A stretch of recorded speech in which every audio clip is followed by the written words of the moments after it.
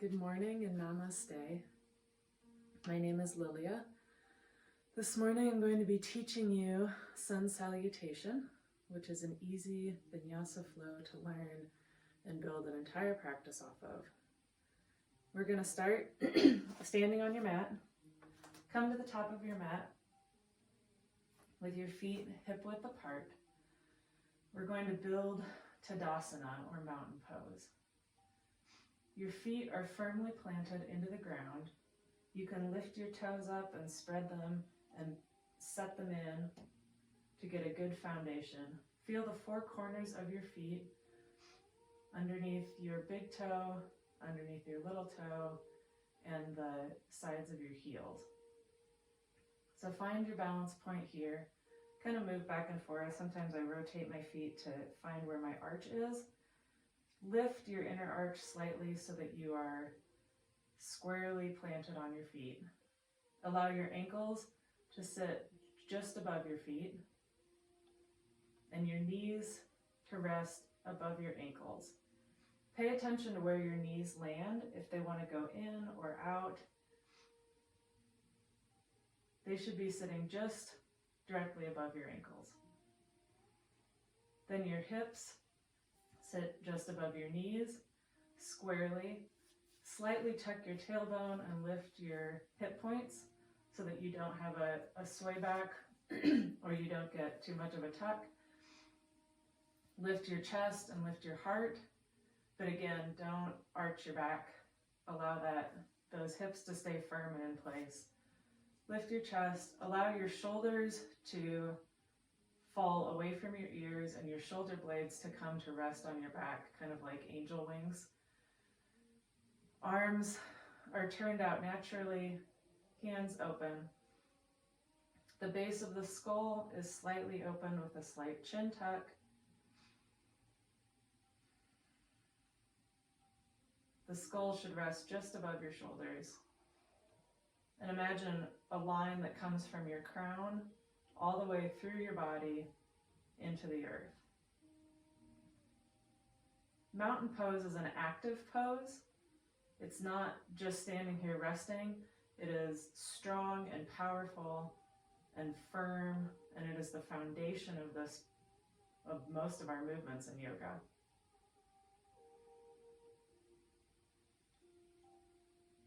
So from this position, we raise our arms overhead with a deep inhale.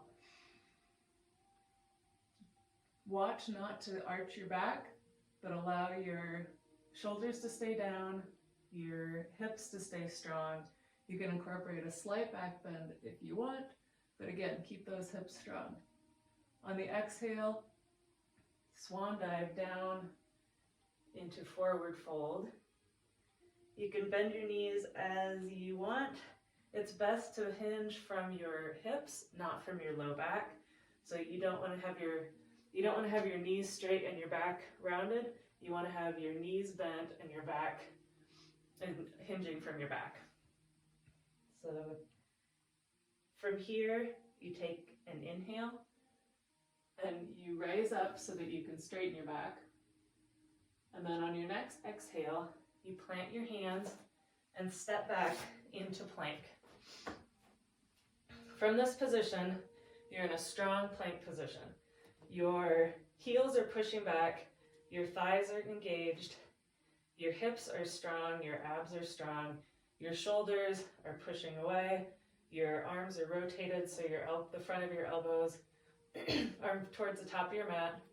Your hands are firmly planted with your fingers spread, and you want to make sure that your wrists are protected and that your shoulders are rotated properly.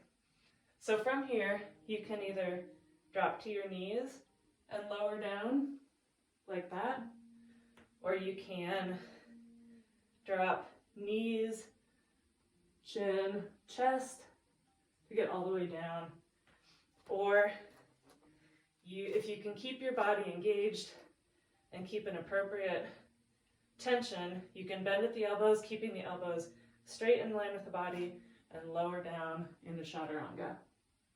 From here, we breathe in and we press up into upward facing dog. Again, if you are down here, from lowering to your knees first, you can press up into cobra, where you keep your elbows in line with your body, your back straight, or your back strong, your hips engaged, your toes pressing down into the mat, and your neck long, and you lift up from there. If you're in up dog, then you roll over your toes and press into down dog. From here, your shoulders, you want to push them away from your ears, allow your head to hang. Really feel the strength in your shoulders and upper back. Lift your hips up to the sky. Your heels may or may not touch the ground, whatever is totally fine. You can bend your knees to work on those hamstrings. The important parts are, you want your low back to not be rounded. You want to have the weight pushing towards the back of your heels, even if your heels are lifted. You want to feel the stretch in your hamstrings and the pushing with your arms, with your knee, with your elbows strong and straight but not locked out. Again, hands are spread. You want to feel the weight of your body through all of your fingers. Pay attention to where that is in your hands so that your wrists stay protected. From here, we bend our knees and look between our hands and walk up. Look up slightly, exhale into forward fold. Inhale, sweep your arms up. Exhale, hands at heart center.